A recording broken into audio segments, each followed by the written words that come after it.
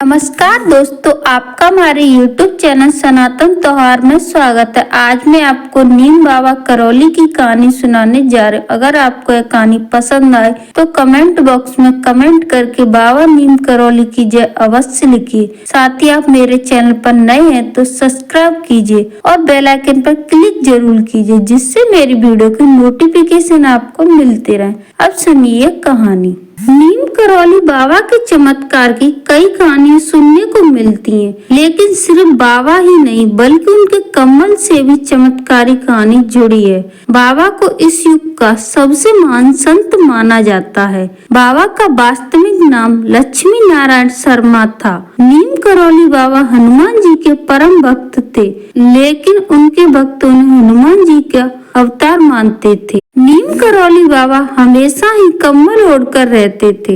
एक दिन बाबा अचानक बुजुर्ग दंपत्ति के घर पहुंच गए। इसके बाद बाबा ने कहा कि वह रात में यहीं रुकेंगे। बाबा की बात सुनकर बुजुर्ग दंपत्ति बहुत खुश हुए, लेकिन बुजुर्ग दंपत्ति बहुत गरीब थे और वे सोचने लगे कि अगर बाबा रुके तो हम उनका आदर सत्कार कैसे करेंगे। उनके तो पास कुछ भी नहीं था। दंपत्ति के पास उस समय जो कुछ खाने का सामान था, उन्होंने उसी समय बाबा को खाने के लिए परोस दिया। भोजन के बाद उन्होंने बाबा को सोने के लिए एक चारपाई और ओढ़ने के लिए एक कंबल दे दिया, जिसे ओढ़कर बाबा सो गए। उसके बाद बुजुर्ग दंपत्ति भी बाबा की चारपाई के पास ही लेट गया। बाबा कंबल ओढ़कर सो रहे थे और ऐसे करा रहे थे जैसे उन्हें कोई मार रहा है। दंपत्ति सोचने लगे कि बाबा को आखिर क्या परेशानी है। जैसे तैसे रात बीती और सुबह हो गई।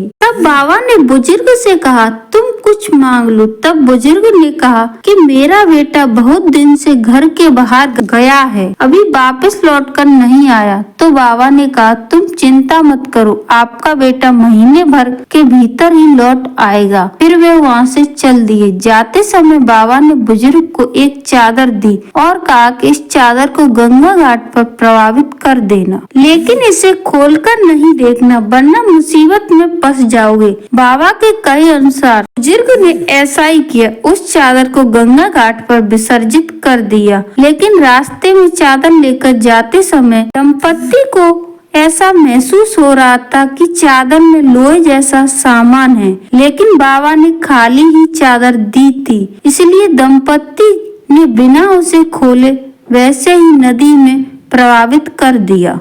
के कहे अनुसार एक महीने बाद बुजुर्ग दंपत्ति का इकलौता बेटा लौट आया, जो कि ब्रिटिश फौज में सैनिक था और दूसरे विश्व युद्ध के समय बर्मा फ्रंट पर तैनात था। बेटे को घर देखकर बुजुर्ग दंपत्ति का खुशी का ठिकाना नहीं रहा, लेकिन बेटे ने अपने माता पिता को ऐसी घटना के बारे में बताया जिसे सुनकर वे हैरान रह गए। बेटे ने कहा कि लगभग महीने भर पहले एक दिन वह दुश्मन फौज के बीच घिर गया और रात भर गोलीबारी हुई थी। इस युद्ध में उसके सारे साथी भी मारे गए, लेकिन वह अकेला बच गया। बेटे ने कहा कि मैं कैसे बच गया यह मुझे भी मालूम नहीं। उसने कहा कि उस पर खूब गोलीबारी हुई, लेकिन एक भी गोली उसे नहीं लगी। रात भर वह जापानी दुश्मनों के बीच लड़ता रहा और जीवित बच गया। इसके बाद सुबह ब्रिटिश फौज की और फौज आ गई और यह वही रात थी जिस रात नीम करौली बाबा बुजुर्ग दंपत्ति के घर आए और रुके थे। बुजुर्ग दंपत्ति की बात सुनकर आंखों में पानी आ गया। उनका बेटा कुशल मंगल घर वापस आ गया है। साथ ही दंपत्ति बाबा के बेटे और बुजुर्ग को बाबा नीम करौली के चमत्कार समझ में आ गए थे और वे कुशल मंगल अपना जीवन व्यतीत करने लगे। बोलिए नीम बाबा करौली की जय। धन्यवाद दोस्तों।